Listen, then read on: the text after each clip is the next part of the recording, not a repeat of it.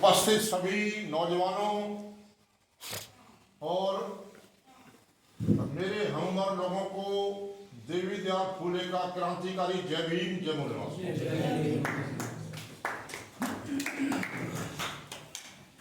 हमारा जो आज का टॉपिक है वो है भारतीय संविधान पर।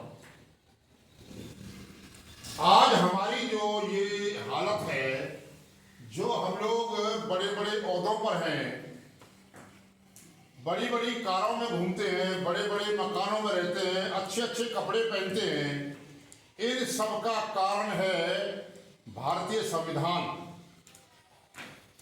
और आप सबको मालूम है कि 1950 में भारतीय संविधान लागू हुआ, लेकिन यह भी मालूम होना चाहिए कि भारतीय संविधान की रचना करने में कितना संघर्ष हुआ।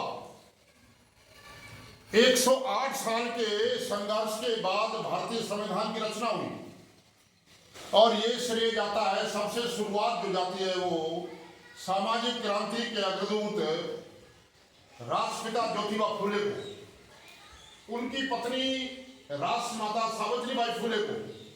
उन्होंने भारत में गुलामी के वक्त ऐसी विषम परिस्थितियों में काम किया जब जो संविधान है मनुस्मृति ब्राह्मणों का, उसके खिलाफ काम करने की तो बात अलग, बोलना भी मुश्किल था। लेकिन ज्योतिबा फूले जी ने उस संविधान के खिलाफ काम किया। यानी 1848 में सबसे पहले शूद्रों के लिए पाठशाला खोली।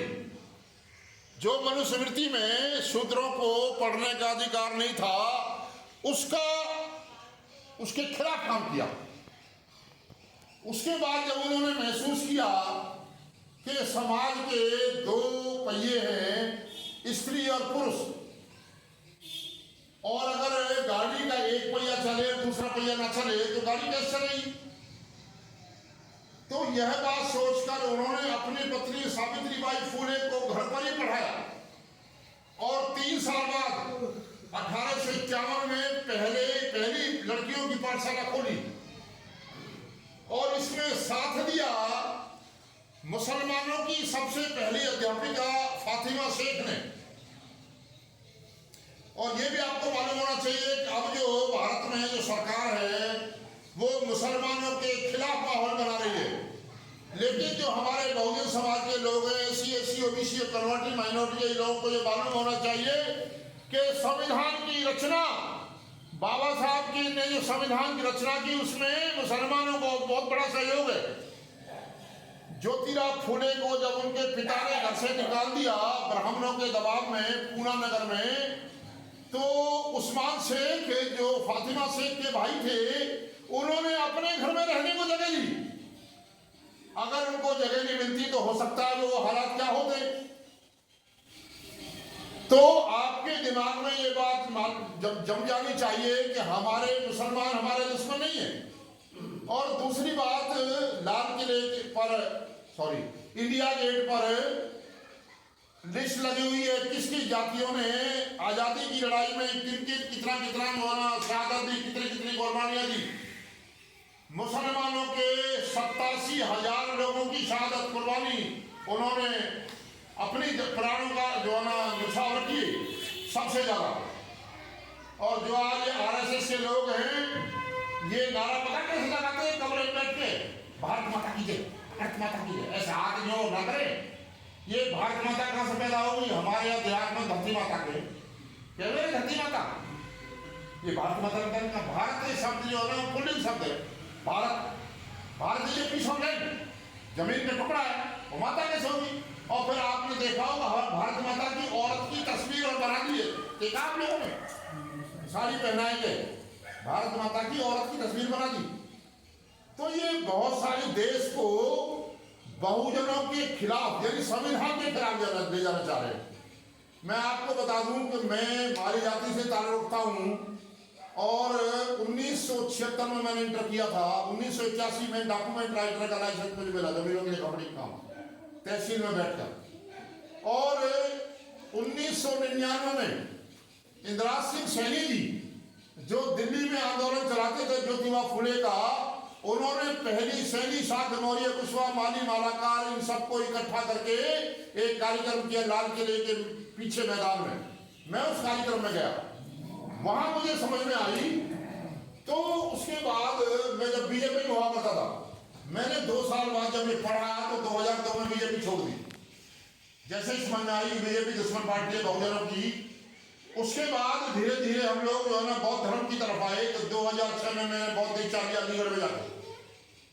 उसके बाद 2007 में ये आपके गांव के उदय सिंह आजाद जी और मास्टर गोपीराम जी, इन्होंने संपर्क किया मेरे से, मुझे समझाया। तो मैं वामशेप में आया 2007 में, और 2007 से हम लोग वामशेप में काम कर रहे हैं। पलवल में आपको मालूम है, पलवल में मालियों की जमीनें बहुत है, 17,000 बीघे जमीन के मालिक है। लेकिन आज भी 7 आदमी ऐसे नहीं है जो रात को 10 बजे के बाद थाने में जाकर रिपोर्ट दर्ज करा दें। और मैं आपको बताऊं कि बिना शिक्षा के कितना बड़ा नुकसान। हमारे दादाजी के पास 35 एकड़ जमीन थी और एक भी आदमी मेरे से पहले 10वीं पास नहीं हुआ। 35 एकड़ जमीन की आमदनी कहां जाती थी, इस बात का आप अंदाजा लगा सकते हैं। दान पुण्य, ये काली माता, भूरी माता, लाल माता, गुलाई माता, उनमें खर्चा करना, बामनों की जो है ना कथा करवाना।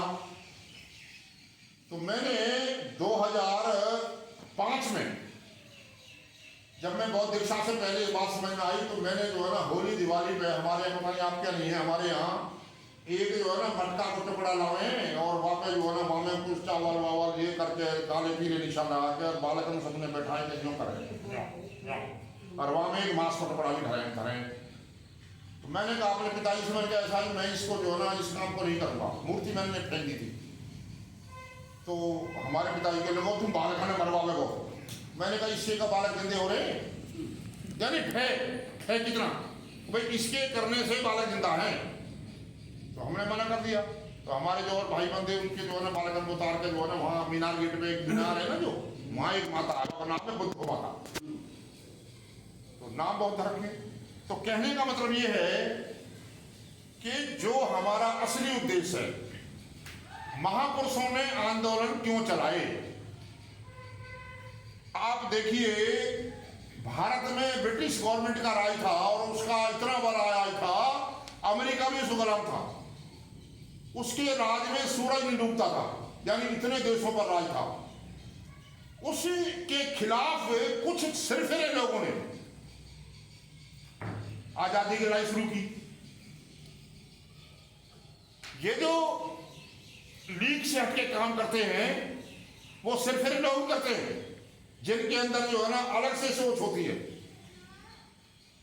तो आजादी की लड़ाई लड़ने में जब लोग जो है ना कितने भारी दिक्कत होती होगी, कितनी बड़ी सिक्योरिटी थी, जंगलों में रहते थे।